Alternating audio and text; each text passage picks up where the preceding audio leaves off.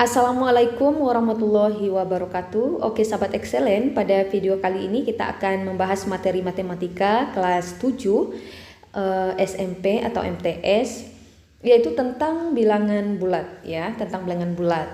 Apa sih sebenarnya bilangan bulat itu sendiri? Nah, selain bilangan bulat, sebenarnya di dalam matematika kita juga mengenal ada namanya bilangan cacah ya, bilangan cacah yang angkanya itu dimulai dari angka 0, 1, 2, 3, 4. Dan ada lagi namanya bilangan asli yang dimulai dari angka 1, 2, 3, 4 dan seterusnya. Nanti ada namanya bilangan rasional, ada namanya bilangan irasional. Nah, khusus kalian kelas 7, kalian akan mengenal terlebih dahulu apa itu bilangan bulat. Nah, bilangan bulat itu sebenarnya apa sih? Nah, bilangan bulat itu sebenarnya adalah bilangan yang boleh dikatakan bilangan yang tidak berkoma ya, tidak berkoma atau tidak dalam bentuk desimal, tidak dalam bentuk akar, dan tidak juga dalam bentuk pecahan ya.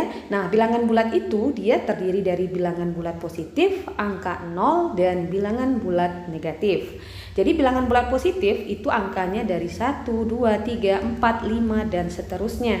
Sedangkan bilangan bulat negatif berarti min 1, min 2, min 3. Jadi min 4, min 5, min 6 dan seterusnya ya. Tanda negatif dibuat seperti lambang strip di depannya. Itu menunjukkan bilangannya bernilai negatif.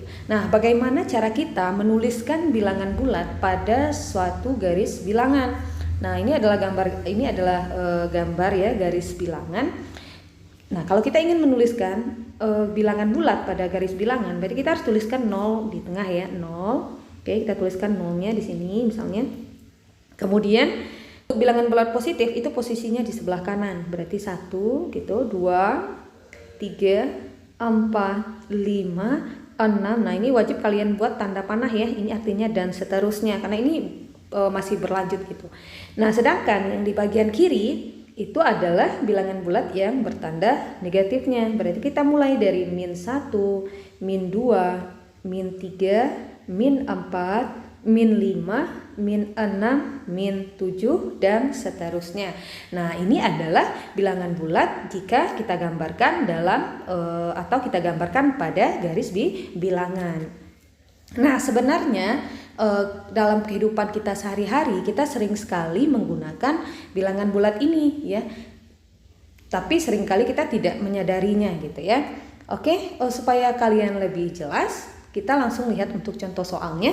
Nah, berarti sekarang kalian sudah paham ya apa itu bilangan bulat, bagaimana cara menuliskannya pada garis bilangan. Oke, sekarang kita lihat untuk contoh soalnya. Kita mulai dari soal yang berkaitan dengan kehidupan kita sehari-hari.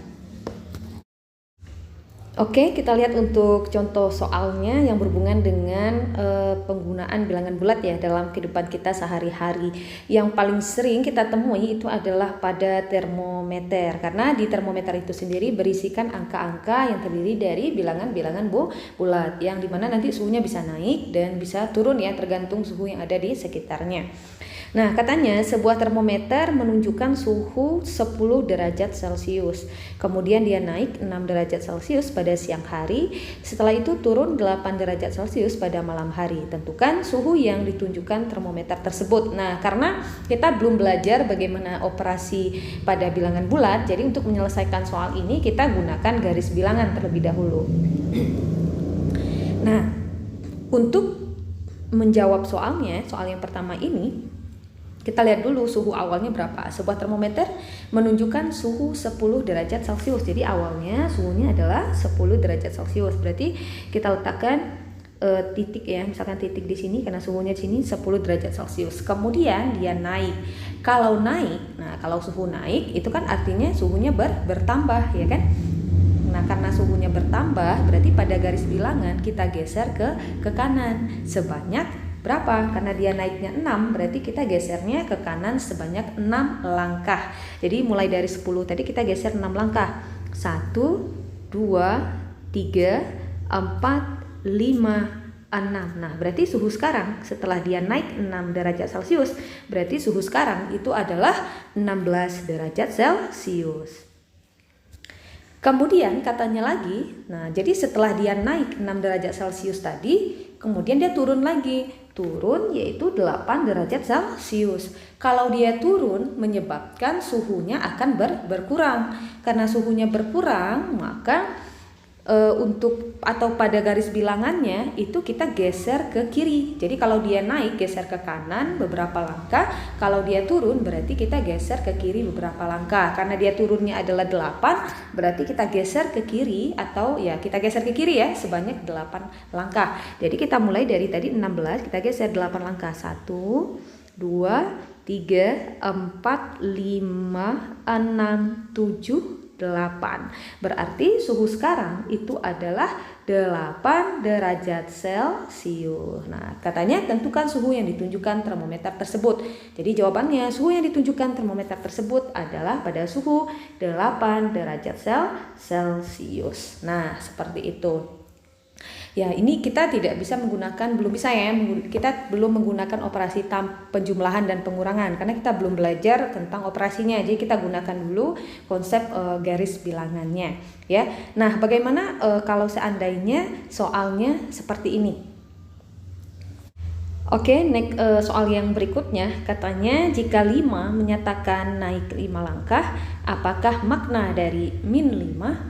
Nah, jadi kalau 5 menyatakan naik 5 langkah, berarti makna min 5 kebalikannya, yaitu turun 5 langkah, ya. Jadi kita tuliskan, apakah makna min 5? Maknanya adalah turun, kebalikan ya, turun 5 langkah.